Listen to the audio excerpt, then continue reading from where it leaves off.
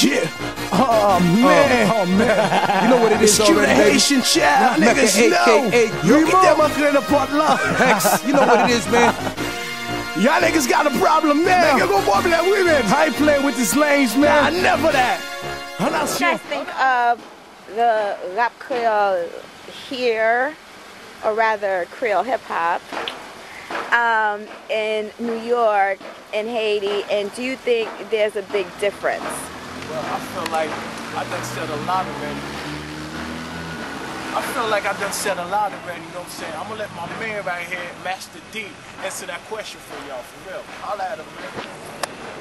Je connais quand tout le monde qui connaît, dans Pétionville, Carrefour, Port-au-Prince, le Carrefour, Port-au-Prince, je connais de tous côtés. Tout 9 départements Haïti connaît. Kounia, travail qu'a fait Kounia, c'est monde là, n'a ramassé à tout ça là dedans pour nous traîner derrière nous. Comme j'ai Q là, j'ai like un partenaire moi là, Don Diffé représenté aka Fresh. Nous faisons un travail là dans Brooklyn, je dis qui est très important. Je veux faire tout Haïtien connaître dans notre avenue que nous posons là pour faire ça qu'a fait là. C'est dans Brooklyn même nous poser pour faire ça qu'a fait là. Pour me répondre à une question que vous posez, la différence pour moi qui gagne entre rap créole Haïti même qui n'a mêle Haïti et rap créole qui a donné dans mi-temps aux États-Unis, la différence c'est que les Haïtiens ça l'a chanté son bagage comme si ça n'est pas là. Ça l'a dit jeudi, il te gêne dans manifestation, la courir, te file ça l'a dit jeudi dans rap que l'a dit. Avec conseil de nèg boy ici, c'est dans news, c'est dans internet, y a connaît ça qui a passé à Haïti. C'est différent ça pour moi, me senti qui gagne entre rap créole qui a donné Haïti et ça qui a essayé péter bouchon aux États-Unis. Je ne sais pas si il y a des gens qui sont satisfaits de réponse, moi même c'est comme ça me senti. Any other comments for you guys? Well, basically me, I feel like music is music. You know what I'm saying? The hip hop Creole movement, whether you from Haiti, you know what I'm saying? Whether you living out here in New York, you in Haiti, you know what I'm saying? Let's just put together as one and push the movement, you know what I'm saying? That's how I feel. Word up. Moi-même, rap créole, hip hop créole, même fait toute qualité chanter en créole. Actually, nous faisons toute qualité chanter en créole. Mais on connaît qui chanter, qu'on nous remet, qui chanter jeunesse remet. On a avancé plus avec jeunesse là, vous comprenez? Parce que qui chanter quand nous remet, qui chanter si nous remet, ou que là, comme on a dit, ah, m'a voulu entendre rap, vous comprenez? Qui va qu'on a dit, ah, m'a voulu entendre rap, but nous faisons tout bagage et les gens dans la rue, ils ont des chanter bêtises. Mais bêtises, on essaie pas de dire trop. Nous connaissons qu'on a fait des chutes de chico. Shout out to Sweet Mickey and stuff. White les gens qu'on a regardé là. So, Bakadji, encore nous juste fait chanter rap créole. Nous juste rapper en créole. Nous chanter en créole. Parce que nous parlons créole. Tout ça nous fait en créole. Et, well, hold on. You know what? Même si nous, moi, je parle, c'est monsieur Créole, je ne parle pas. Non, monsieur. Parce que moi, je suis 100% haïtien, je suis 150% haïtien. So, monsieur, don't get it twisted. Mais on va nous là, n'importe langue que moi, je peux parler. C'est haïtien, mais 150%. Haïti, marché ensemble. Tout pays, hommes, garçons pour femmes. Levé de rap on nous en l'air. I'm a beast in this game. These niggas know my name. Q. Yo, relais, action, n'aime pas des amis, pas des partenaires, ou pas remet, man, ok. Approchez, m'sou, gen kè. Figi, marqué ma l'aide, respectez, m'la coûté au cher. Yo, dis m'so, mon garçon, mais, on doit qu'em l'aide. Next time, yo, blême. Et puis, yo, père, m'attaquer avec mon chèque, m'en talon 9 mm. I got goons in the street qui café milk pour cigarette. They know that I'm a threat, so yo, parlez en cachette. Râle cachette, plaire, faut disparaître. Un pile nègre parler, un pile nègre passer, mes oreilles à péter, fais-moi comprendre. Si mon problème, non, mais non. Q the Haitian child, aka Problems. Hold up. Y'all niggas get used to my face, niggas. I ain't going nowhere. Hold up. So, you know there's been a little bit of hesitancy from the Haitian community because primarily compa is the main music genre. How do you guys feel about, you know, the compa industry not really supporting Creole hip hop? Do you guys feel like you need their support? Is it, what do you guys feel about that? You know what? Let me answer that real quick. Put it this way, in anything you do, you're gonna need support. So I'm never gonna say I don't need nobody's support. You're gonna need support.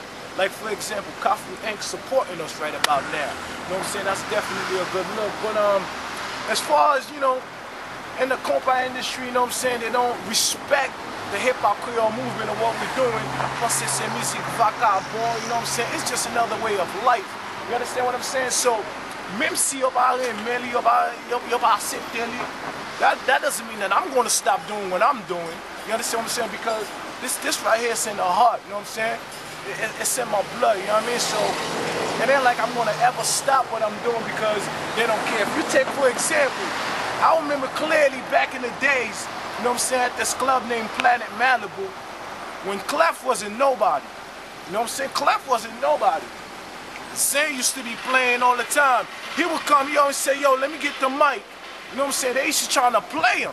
You know what I'm saying? They used to trying to play him. They don't want to show him no love. You know what I'm saying? They talk about, oh, he'll mess up the crowds. But the moment he grabbed the mic, you know what I'm saying, he worked the crowd. But now, they used to front on them back in the days. You understand what I'm saying? Now, look how the tables turn around. You know what I'm saying? The tables turn around. Clef is doing it big right now. He major. Clef known in Haiti. He known in America. He known everywhere. You know what I'm saying? So, for all you compa cats, you know what I'm saying, understand, man, this is a movement right here. You know what I mean? Respect it. You know what I'm saying? Y'all acting like that. That's the reason compa is not mainstream right now. You know what I'm saying? But we're going to take hip-hop Creole to another level. You understand what I'm saying? We're going to definitely make it mainstream, get it out there, and that's how we're going to do it. Anybody else want to comment? Yo, all I gotta say is this. Yo, moi, ça fait marcher avec Go Uzi. C'est parce que la vie a changé avec vos amis. Je vois gentil. Qui a essayé de faire une machine à New York sans fils.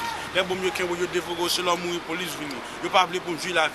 Yo t'as aimé ou dormir dans la rue. Especially dans New York City. Même besoin de Haïti. La vie a créé. Yo dit si me tire, monsieur Jodi, demain m'appeler venir en prison. Il dit tout ça me fait pas bon. Allez plus marquer, yo vient prendre des sons. La mettez bateau puis marquer au ceinturon. C'est haïtien bordel. Essayez de marcher sans revolver. Priez bon Dieu pour le capoter, je la machine dans chez mes fenêtres. Malgré me connaître la vie, c'est la guerre. Moi, je ne me poser sans question sauter dans le quartier chimère. Pas toi mettre go tout là-dedans, si c'est pas il pas descendre dans la mer. Ça que me dit bon pour faire boire, même là connaît des vieux goût en mer. Politique sous politique, je t'ai pensé me perdu. Moi ici. I'm not just a problem. My whole team right here is a problem, man, for real. Yo, man, you know what, man? Y'all niggas gonna have to understand what's going on right now, man. Hey, yo, son, you know what?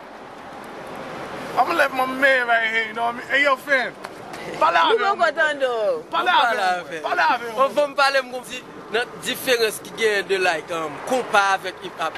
Pour moi-même, compa pas exister. Je connais que pile monde qui a fâché, pour mettre fâché. Compa pas exister. Non. Compa pas exister. Pour moi-même, compa pas exister. Je connais que pile monde qui aime compa pour le fâcher.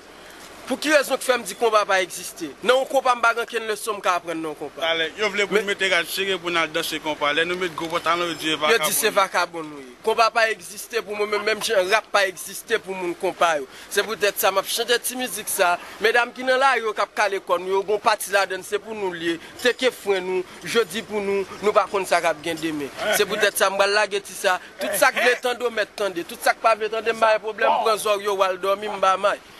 Ça m'a lagué là, ouvert les oreilles, il faut parce qu'elle gagne le son là dans tout. Parle avec eux. Gagne parole, gagne son, gagne le son. C'est ça nous veut apprendre de la. Yeah. Oh man. You know what it is already, baby. Haitian child, niggas know. You Get them up here in the part love. You know what it is, man. Y'all niggas got a problem now. Nigga, go bobble that women. I ain't playing with